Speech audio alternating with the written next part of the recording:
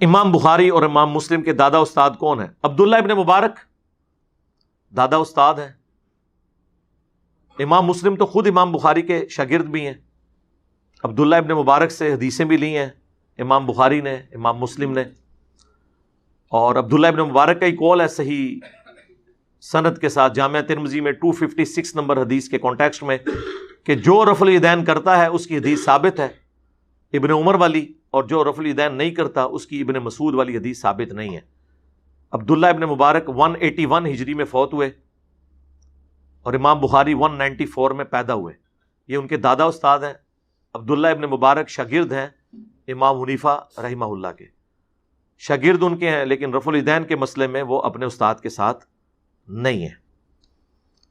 بلکہ امام بخاری نے جز رفع الیدین میں ایک مناظرہ نقل کیا ہے عبداللہ ابن مبارک کا اپنے استاد امام حنیفہ کے ساتھ. جب امام حنیفہ نے سنت کا مذاق اڑاتے ہوئے یہ کہہ دیا سلام پھیرنے کے بعد کہ عبداللہ ابن مبارک سے کہ مجھے لگا تم نماز میں اڑنے لگے ہو جو تم بار بار یوں کرتے ہو. جب کوئی شخص سنت کا اس طرح مذاق اڑائے تو اس کا جواب بھی پھر پھکی سے دیا جاتا ہے. تو وہ پھکی عبداللہ ابن مبارک نے دی اور کہا کہ امام صاحب، استاد جی رکو ذرا، صبر کرو. اگر آپ پہلا رفع الیدین کرتے وقت نہیں اڑے تو میں دوسرے اور تیسرے اور چوتھے کے اوپر کیوں اڑ جانا تھا میں نے.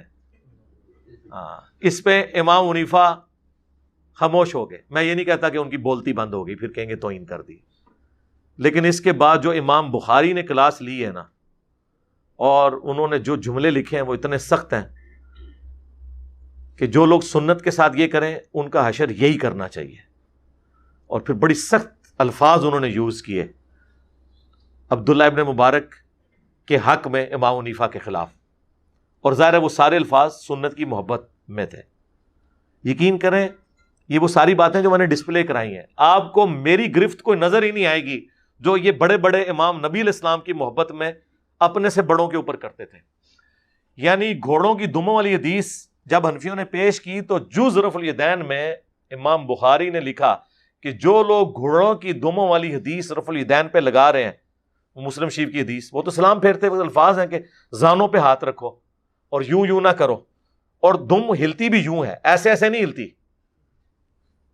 گھوڑا یوں دم لاتا نا، ان کا گھوڑا شاید ایسے ایسے لاتا ہو. تو امام بخاری نے کہا کہ جو یہ حدیث رفع الیدین پہ لگا رہے ہیں انہیں ڈر جانا چاہیے کہ اللہ کا عذاب نہ ان پر آ جائے. اور سورہ النور کی انہوں نے آیت نقل کر دی کہ جو رسول اللہ کی مخالفت کرتے ہیں وہ ڈرتے نہیں کہ اللہ کا عذاب آ جائے ان پر. امام بخاری نے کہا کہ انفیو اللہ سے ڈر جاؤ تم پر اللہ کا عذاب نہ آ جائے کہ تم گھوڑوں کی دموں والی حدیث لگا رہے ہو. ابھی امام بخاری کو تو یہ پتہ ہی نہیں تھا کہ انہوں نے بعد میں وہ بت رکھنے والی بھی لگانی ہے. اس پہ تو امام بخاری نے کوئی اس سے بھی سخت آیت ڈھونڈ کے تو ان کے اوپر لگانی تھی. اب حنفیوں کے گلے کا یہ کانٹا بنی ہوئی ہے، وہ کہتے ہیں نہیں جی وہ جز رفع الیدین تو امام بخاری سے ثابت ہی نہیں ہے. جناب کلمی نسخے موجود ہیں اس کتاب کے پوری اسناد کے ساتھ. مکتبہ ظاہریہ کی، وہ سلطان ظاہر تھے ایک مسلمانوں میں بہت بڑے ایک سلطان گزرے ہیں، انہوں نے اپنی لائبریری بنائی تھی، اسی میں شیخ البانی بھی پڑھتے رہے. نیچے دکان تھی گھڑیاں ٹھیک کرنے کی، ان کے ابو کی چابی ان کے پاس ہوتی تھی. فالتو وقت یہ اوپر بیٹھے رہتے تھے، کرتے کرتے اللہ نے اتنا علم دیا کہ محدثین کے استاد بن گئے. ہے وہ گھڑی ساز تھے، یعنی انجینئر.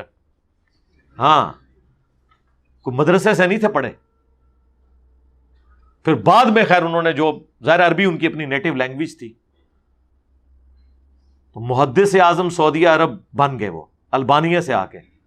اور مفتی اعظم سعودیہ بن باز کہا کرتے تھے کہ اس نیلی چھتری کے نیچے البانی سے بڑا کوئی حدیث کا عالم نہیں ہے. اس دور کا امام بخاری انہیں کہا گیا شیخ البانی کو. جس طرح ہم عجم میں شیخ زبیر صاحب کو کہتے ہیں نا، تو عرب دنیا میں شیخ البانی کو اللہ نے ان سے اتنا بڑا کام لیا.